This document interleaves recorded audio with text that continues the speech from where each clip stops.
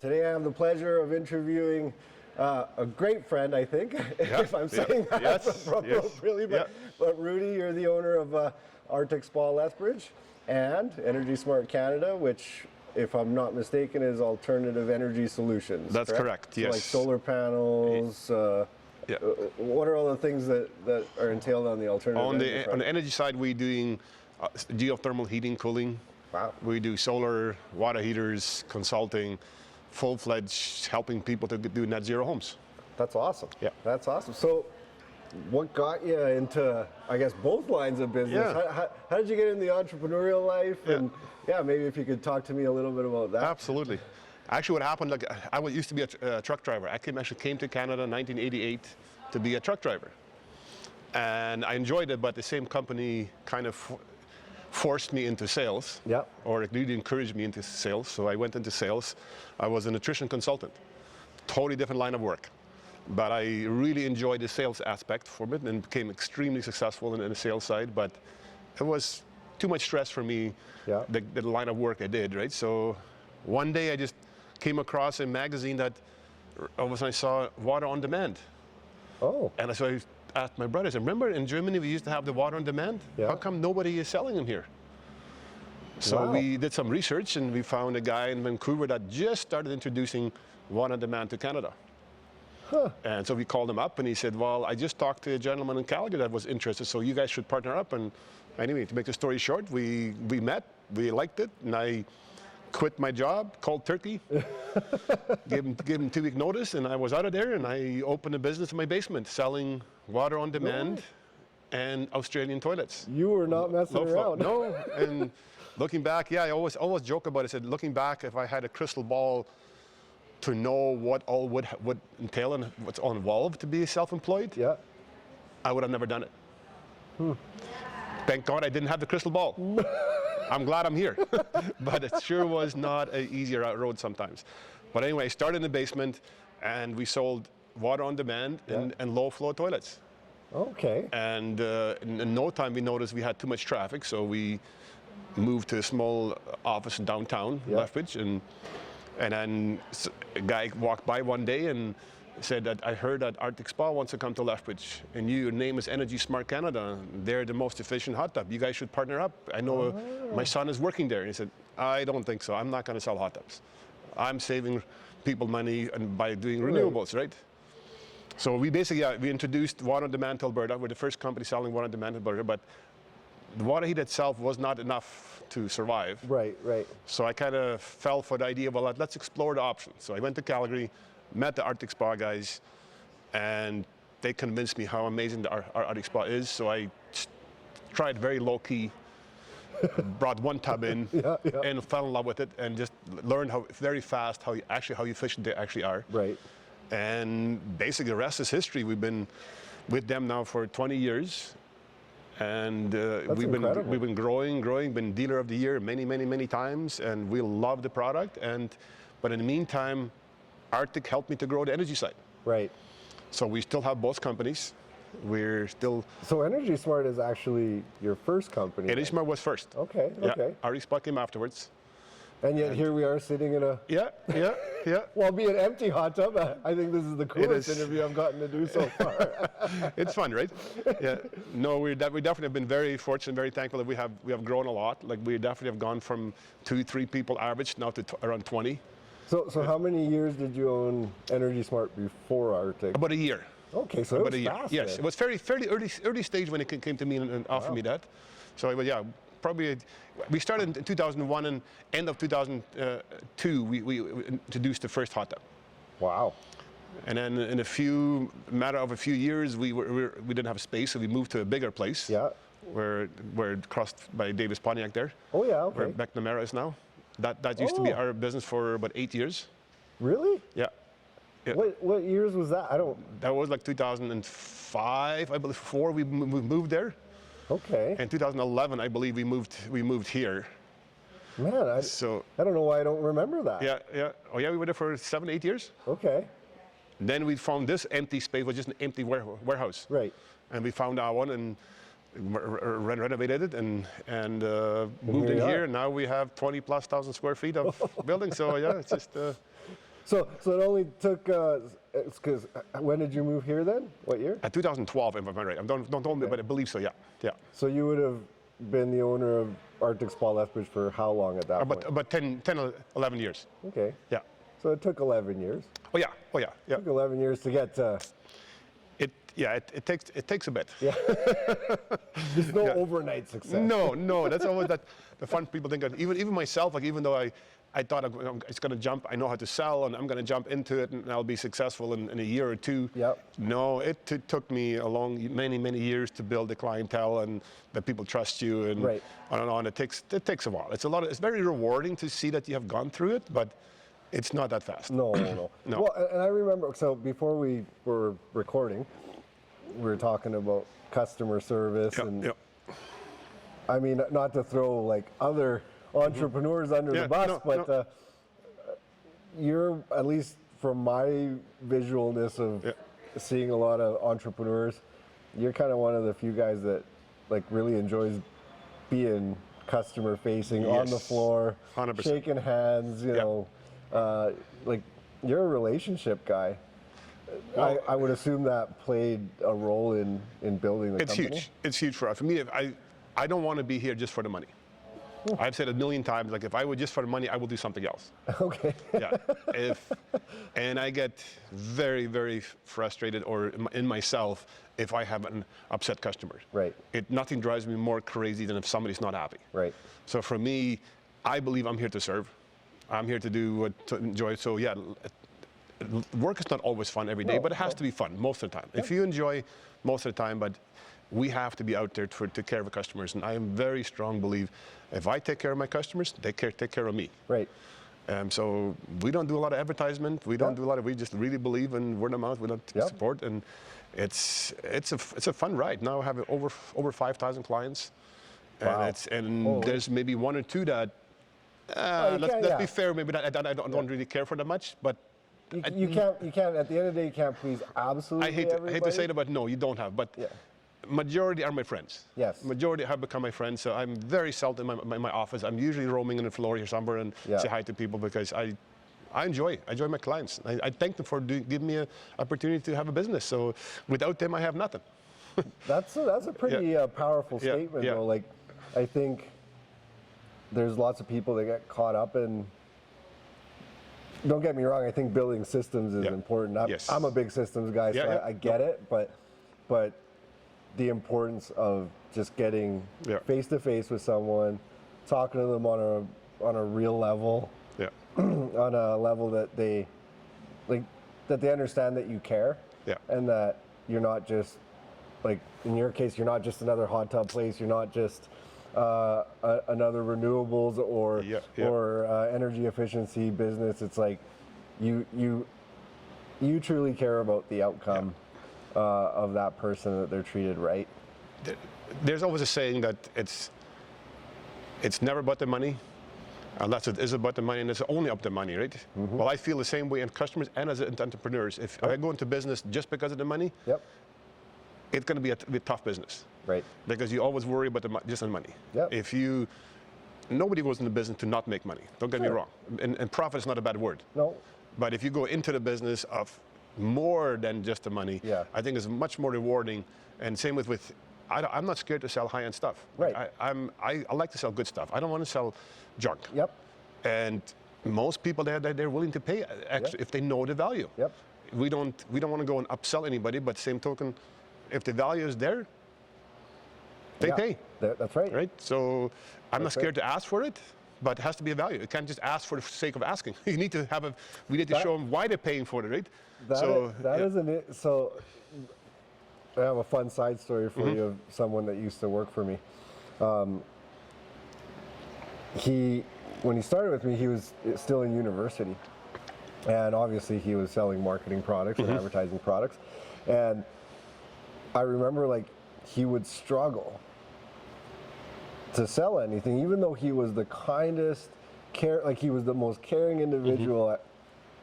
I still can recall, at least like working for me. Such a good guy. But he always assumed that because he couldn't afford something, that the person in front of him couldn't afford something. Oh, yeah. And so for him, it was like, oh, you know, whatever it was, right? But for him, it was like, well, I might buy something that's $200 a month or whatever the case might be, right? And so it was funny, like over time, like that was all he was ever selling. And I said, and I would always ask him, like, how come you're not getting in front of, like, you know, bigger customers? And you know, they clearly can do it. And they're like, no, you know, like, I'm afraid to ask for that. So kind of what you're saying. And finally one day I'm like, no, albeit corporate versus consumer. I said, I said, a corporation's money is not the same as like that individual person's money. You know, they might pay themselves a salary, but as a business, they have to do other things. You know, the pool, if you will, is a little bit different to dip into. And so long and short is he ended up, you know, listening to that. And before you knew it, all of a sudden, you know, in a similar fashion, it was like, oh, well, here are these now $10,000, $20,000, $30,000 clients as opposed to $300 clients. And so I imagine, though, that the same thing happens. Like here, it's not so much about, you have tubs for different price points and affordability, and there's payments and all that stuff. But at the end of the day, you can't assume who's walking in the door, and you can't assume that they're not looking for excellence. Yeah. I know from the fact I have clients where have come in here looking like they have not a penny in the pocket, right?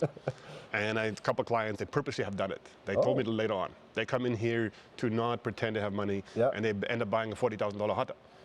Yeah, you never ever judge the book by the cover. Right. Never, ever. So, and I have done it. I've gone and bought a fancy BMW, and I walked in there with a cup of coffee and just the runners, pretend that I'm just an average dude, and all of a sudden, and if they took care of me, I bought it because I don't want people to judge people. It's not up to us to judge what they have money, right? So it's very dangerous to judge people before they actually get to know them, right? So for me, it doesn't matter who you are. I hope I can take care of you. I hope I'm gonna enjoy having here. And if you don't buy today, maybe buy it tomorrow. So. And how many staff do you have here now? Like in both companies? I believe with ourselves, we are on 20 right now. Wow. Yeah. Good for you. And we're looking for more. And how do you, how do you manage? Like, for me, I'm about half that size. So how do you, when you get to 20, how do you manage employees and maintain like a good business culture? Like, you know, in the same fashion that you started. Like, obviously no one's ever going to be you. And that's understandable, but how have you found, like, in your work setting that you can keep people motivated? And it's never easy. No, that's never easy. But we're trying. But the same token, we're trying to hire on culture. Okay. Right. We are very strong on culture. If I hire somebody, I want to make sure that you're going to take care of yourself. That you care for yourself. I want you to care for your coworkers, and I want to care for your families and for your boss and for your customers. So if you care about people in general, we can train you. Right. But if you're a person that doesn't care about yourself, you don't care who you are, whatever, and end up not caring for your coworkers, I'm probably not going to be very interested to hire. But training is not a problem. Right. Training is always the easiest part. But as long as you have the culture that fits, I don't want people here coming just sake of a paycheck. Right. If there's just a paycheck, then I'm probably going to gently walk you out of here. Right. Because I want you to be here to enjoy. We try to have fun, but I do respect my staff. Like but you're a family-owned business. Absolutely. Like, that means something. Not to say that big corporations can't have those structures. Exactly. At the end of the day, you're a family-owned business. Like everyone that's here is technically an extension of your family, even if they don't carry your same last name, right? I mean, for a while we had a lot of family here, and I used to joke about it. Said, majority are family, and the rest want to be family. So I like that. So we definitely need to have some fun here because life is too short to. And as I say, I'm very thankful and blessed that I don't chase money. Right. I change success. I change sales. For me, it's very important to be the best in what I do, but it's not about the money. That's true. So in the end, the money comes, great, wonderful, and I'm not going to deny it. I'm not going to. But that's an important lesson, though, that is hard for a lot of people to, I guess, digest. Is if you care, you know, it might take a long time. But eventually, people will notice. Yes. Eventually people will see that you're taking care of them, that you care about them, that you're doing what's right for them to the best of your ability, and that they're not just another number. Well, I encourage my staff a lot. I always tell them that I don't want you to go and tell people that we are the best. Right.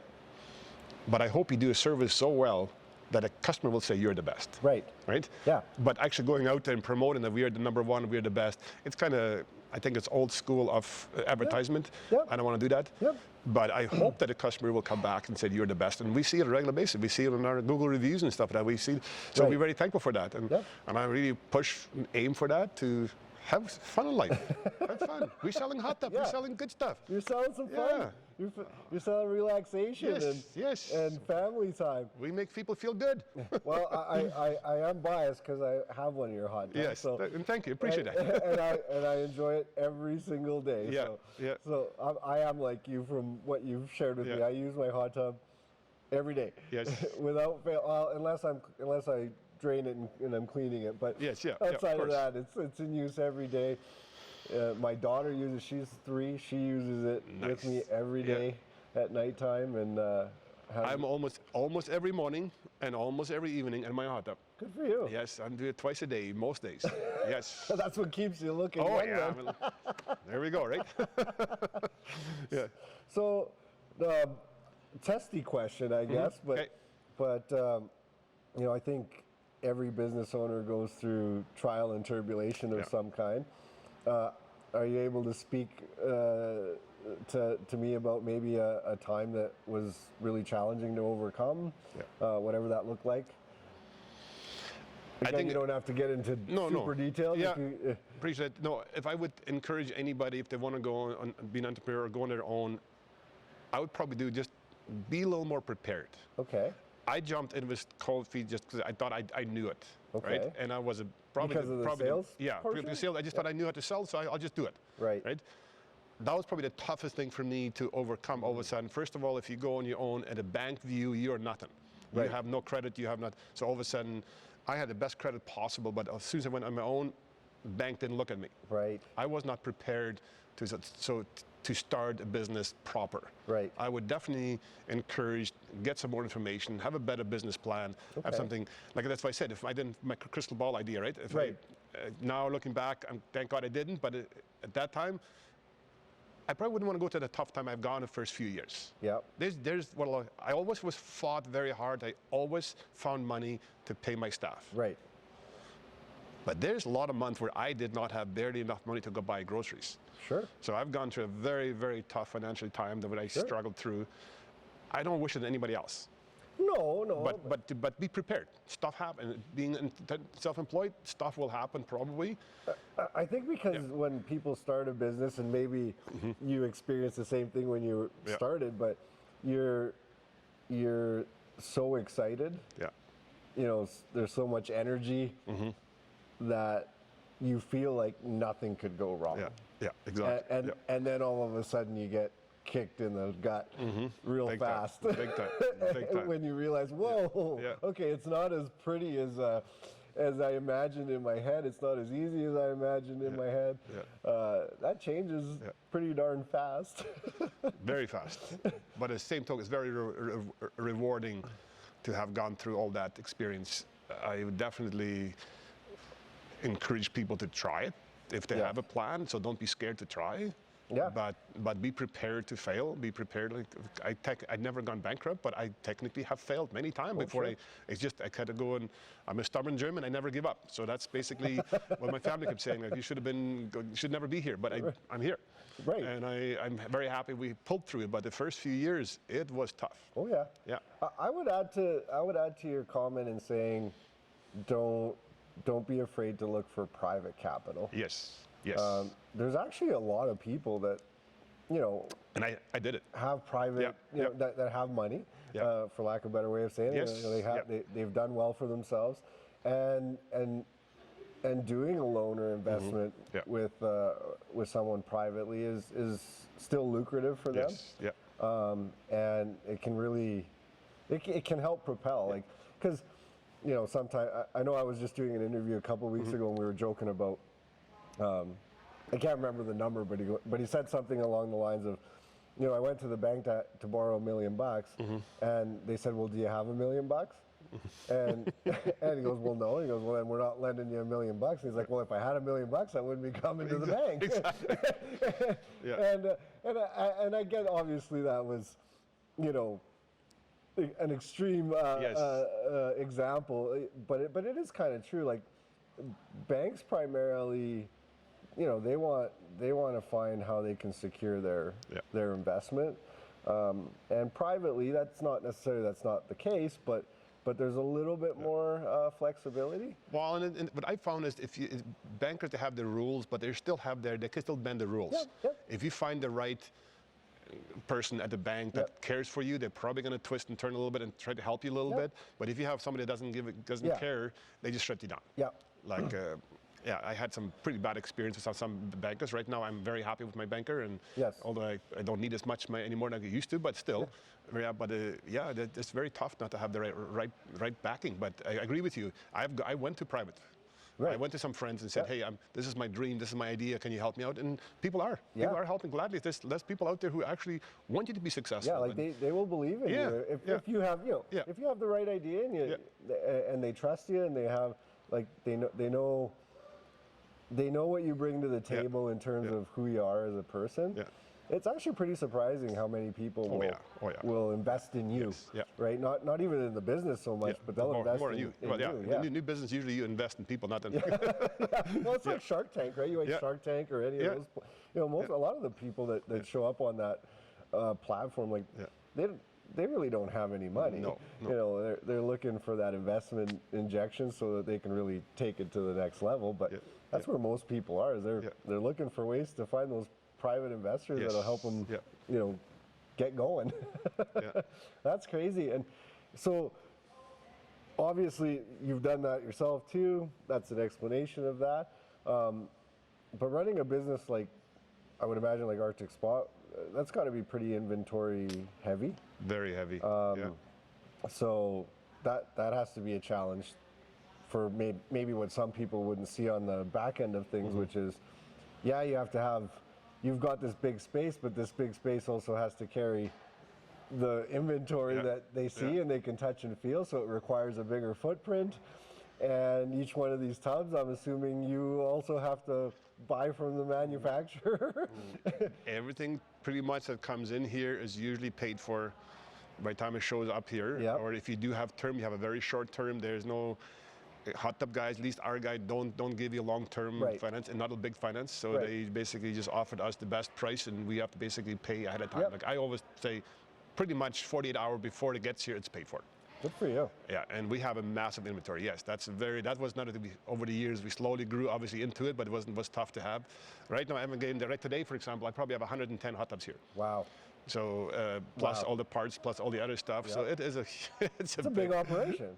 It's a lot of inventory. Yes. It's a big operation. Like it's not just hey, I'll order you one and it'll be here. Albeit I mean, a lot of people still like that. Custom order. But we like to have the option, at least if there's 40 people walking in, the 40 can walk out with hot tubs if they wanted to, right? So that's our goal always, that's right? Awesome. But a lot of people still order their own custom. And I mean, not that I always like to harp on COVID. It's a talking point nonetheless, but you know, that would have been a challenging time for you. I would have challenging probably in a bad and a good way, but what was that experience like for you in terms of inventory and dealing with all that stuff? We've been very fortunate. Arctic Spa never quit baking, right? Some factories shut down.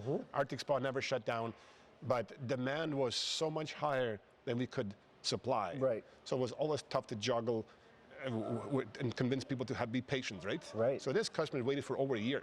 Wow. Right? Certain models, but overall we've been very fortunate. We actually, for us, COVID was actually not bad. Right. Because people stayed home. They want to buy a hot tub, right? They had more time to research. They paid more attention where the hot tub was made. We're Alberta made, so we actually ticked off all the check marks. We ticked off very well for us. So it was actually very good for us. So and that is actually is if I understand it correctly, that's a unique proposition of Arctic Spa, is that it's actually made in this province. It's actually made in Alberta for our climate. So wow. Yeah, they're definitely very unique product. Very unique product. Yes. And like that's not common. No. No. No, most hot tubs coming from somewhere a little bit warmer. They're not really made for that much cold climate, right? So they're definitely that's why for efficiency-wise, without being arrogant about it, efficiency-wise, I will guarantee that nobody can beats me efficiency-wise. We have done trials and even challenged the competition to do a trial and openly in the parking lots. It's not going to happen. It's just not. Yeah. So we know that. So, but. Still, you have to. I still always believe you can have the best product in the world, but if you don't take care of customers, they will not buy. True enough. So, and what do you use? Switching gears to even your Energy Smart business, like what's coming down the pipe in the next, 5-10 years in that space? I mean, there's got to be, like, you're on the forefront of realistically I would say the energy revolution, for lack of a better way of saying it. Well, 22 years ago, people thought I was crazy to introduce renewables to Alberta because we are oil province. We don't gas province. We don't care about the renewables, right? It has changed so much the last few years. Right now, I believe we have more on the books that we have committed than we probably have done the last 10 years combined. Wow. So that whole department has gone from 1 person to 8, 9 now. Wow. We're hiring. So we definitely has gone, because we did a turnkey. We did a whole consulting, geothermal heat and cooling, water heaters, solar. We do all of it. So if you come in and build a new house, we can help you with the whole mechanical side to be net zero. My house, for example, I don't pay utilities. That's incredible. Yeah. Like actually net zero? Well, in 12 months term, I put more money back in the bank than taking out for utilities. And I have 3 electric cars, big swim spa, so I'm a big power drawer. Right. In comparison to an average person. And I actually put money in the bank every year rather than taking out. So that's incredible. It's quite incredible. Yeah, it's very doable. People don't realize, but it's very doable to be in net zero. Yeah, absolutely. That's amazing. And that, whether it's a new build, you could, or retrofit, doesn't matter. Is that the right terminology? Retrofit. Yeah. So even retrofit, like you can retrofit homes essentially. Absolutely. Wow. We've done lots of them. We do, I would say 50% is retrofit and 50% is new.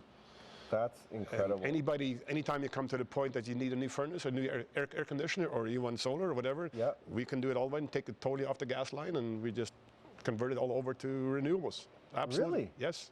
Even on the furnace side? Absolutely. I didn't know that. Everything. Huh. This building is net zero. That's incredible. I have a couple gas heat in the showroom, but all the offices in Energy Smart, there's no gas, there's solar on the roof, there's geothermal in there.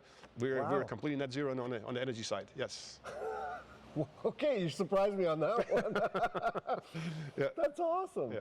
So people really, I guess, there are options. Absolutely, yes. And are there opportunities right now, like from a customer side, like if someone's looking for those services, like are there rebates, are there incentives, I guess, for on the renewable side right now, either or solar or geothermal, there's a $5,000 rebate from the government and up to $40,000 interest-free loan. Wow. And the city just is going to introduce very soon here in Lethbridge that you actually can put some of the renewables actually onto your tax bill. So, so it stays with the house, and you can do the renewables and slowly pay off through your tax as well. No way. Yeah, there's a bunch of options available. Yeah. Wow. Yeah. And I'm sure tons more coming. Oh yeah. As that continues to speed up the pace, because I mean, pretty much everything I see government-wise seems to be talking about renewable energy sources. So. So basically, it only took you 22 years to finally. You made it. We made it. Yeah. No, it's been a fun ride. That's all I can say. It's been a fun ride, and I really appreciate it. Lethbridge has been a good city for us, even though a lot of people told me, said this is never going to happen. Lethbridge is not renewable. Lethbridge is not. It's not. Right. There's more like a boys' club kind of attitude here. But I guess if you're long enough, you become part of the club. Yeah, no, you know what? That's true though. Like longevity and consistency is maybe a word. The two words I would take from what you just said is Lethbridge actually kind of is that way still. Yeah. Most people want to see that you're going to stick it out. Yeah, absolutely. Right? Yeah. And maybe that's not just a Lethbridge thing. I mean, but overall, I think people want to know they can trust where they're buying Yeah. from, not fly by night. You know, at least in my industry, that happens a lot. Yes. And so, yeah, they want to trust the brand. They want to trust that they're buying from someone that's going to be there, and be able to service them long term, not just sell them something and be like, see you later. Yeah. We have seen a lot of people those come and go. Yeah, definitely. That's really interesting. So, I mean, I know you kind of gave some advice, but are there any other like tips or pieces of encouragement, I guess, that you would give to whether it's someone that currently is in business or maybe looking to start a business? Are there any other items you would feel you could pass along to someone watching, if there's anyone watching? Absolutely. So for me probably would be the number one is that the old saying that just to take care of customers and stuff like that. It sounds very easy and everybody wants to do that, but if you go a little beyond than just what they expect, and really truly actually care for them, not just give me your money and run, I think that people just come. People just come and they will support it. People want to support people who care. And for me, it's like if I am scared to grab a broom and sweep the floor, it's funny, I just told one of my staff yesterday, I said, if you are scared to take a broom, you can't be a manager. Right. And if you want to be the owner and the manager and whatever you want to call it, I think you'd be willing to serve. Yes. And I'm strongly believe we as entrepreneurs, we need to serve the public. We need to serve so they feel that we actually here for bigger picture than the money. The money will come. Yeah. The money will come.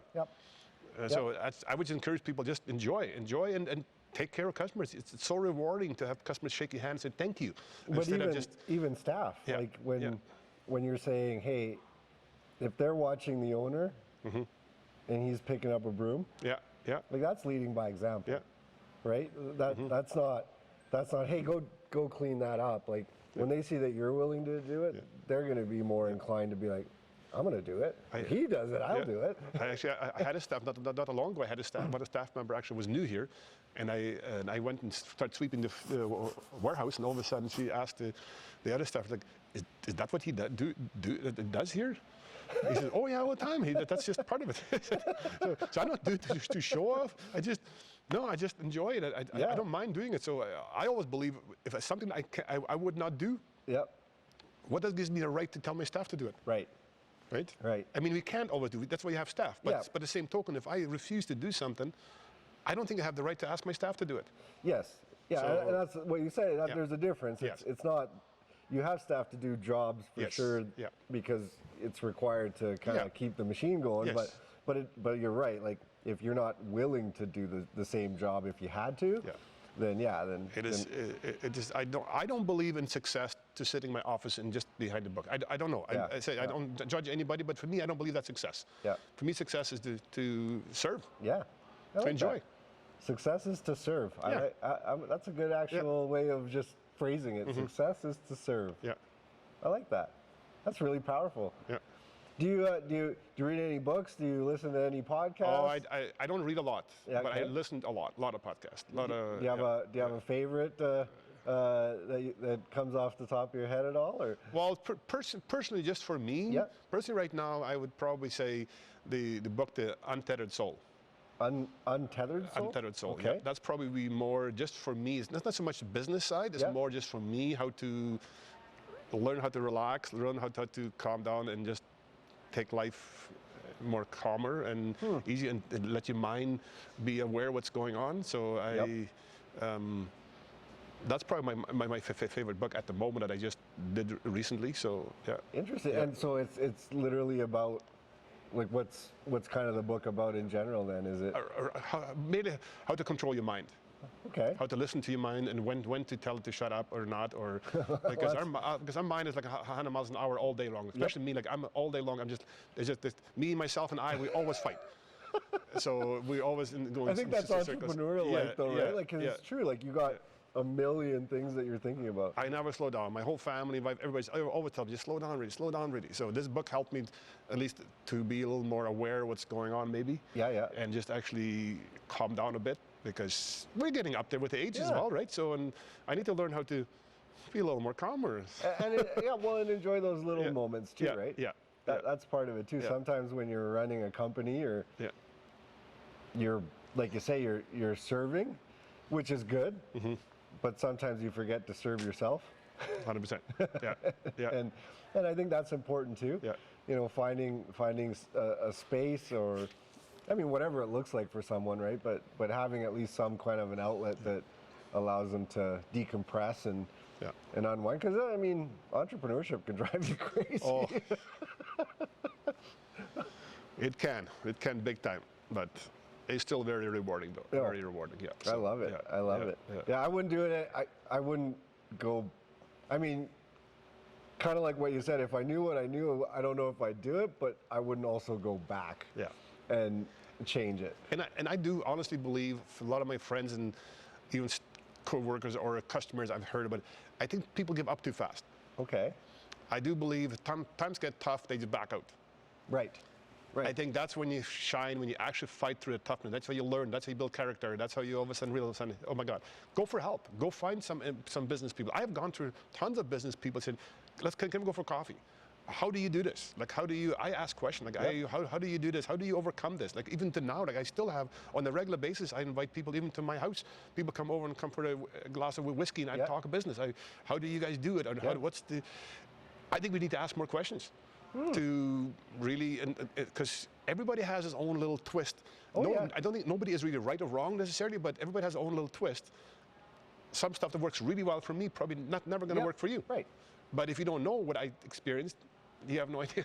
And you might do the same mistake, potentially. It's like reading a book, though, too, right? Like, we can both read the same book and take away different elements from that. And 100%. And I think part of it, too, is just like the community of it, like knowing that you're not alone. Yeah. Like, your circumstances may be different. Yeah. Your business may be different, but a lot of the things that entrepreneurs go through, like, there is a lot of commonality in it, and knowing that you're not alone in that survival aspect of entrepreneurship. So my brother has a very good saying, and I'm going to steal it from him now because he won't use it, but he always uses business is like a game. Okay. Right? And if you want to play the game very well, guess what? You really get into it. And it's sure, we love to play our game. Like, both of us, we're the only two brothers that in our family are entrepreneurs. But we love our game. Yes. Like, and I say I'm stealing it from him because he's using it. But it is actually a game. Yeah. And you look at the scoreboard. You want to make sure that that something happens. So it's not necessarily what's happening in your pocket again, right? But the scoreboard. You want to know, like, did you take care of a customer? Did you do it right? Did you grow? Did you get exit? And just play that freaking game. Like, just enjoy that. And sometimes the losses are the best parts of the game, to be honest. Just go and get more energy for next time. Next game is going to be better, right? So, well, like you said, you learn from it, right? Those experiences become what mold you to kind of steer the ship appropriately. Like I say, I know it's a small story, but for me, I remember when I first started. I had a customer, and he had a big print job. I wasn't the printing company, but I designed it all and and I would source the printing for someone. And so he paid me up front. And I obviously, as a solopreneur at the time, I was like, woohoo, like, that was a good sale. Like, I paid this, I paid that, Well, long and short is, about 3 days later, the customer changed his mind. And he said, you know what? I decided I'm not going to go with that project. So yeah, if you can just write me a check back. And I was like, uh-oh. I mean, I had all the print side of it, right? But I was like, you paid me up front. I basically, that was my bills money. I pre-spent it, if you will. And I remember I was like, freaking out, right? I'm like, how do I get this guy's money back? Like right now, like I already made a credit card payment. I already did this and that. And I mean, it's a silly story, but I had to go out there and basically go make 3 sales that day. I had no choice. That guy wanted his money by tomorrow. And there was no no, I can't give you your money. It was, give me my money back, right? So I had to go out and make 3 sales, and I collected the deposits. I used those deposits to pay that guy back, and I was able to deliver the work on those other 3, no problem. Everything worked out, but yeah, like you don't, even when you're just getting into business, that's one example of like, you don't know what's going to happen until you live in it. And anything can happen, and there's so many scenarios where you can be literally living the dream, and other moments where you're getting kicked in the gut and you're like, man, how am I going to overcome this? So it's pretty powerful stuff. You wouldn't trade it again. No. Well, not anymore. I agree. Well, I appreciate that you got to take the time to sit down and share some of your stories and successes, and not necessarily failures, but time. Yes. A lot of the time that it took you to build this business. And I think maybe something that I would say to you that I'm trying to do more and more with certain entrepreneurs that I get to meet is also thanks for what you do for the community. I know you're a big community guy. You do a lot for the community, and you help out in a lot of ways, and I think that's something that goes undervalued these days a little bit more than it used to. So I think that's pretty special, and thank you for doing that. That's Pleasure. awesome. Well, thanks for having me. It was awesome. You're good. Thank you. Thanks again. Yes.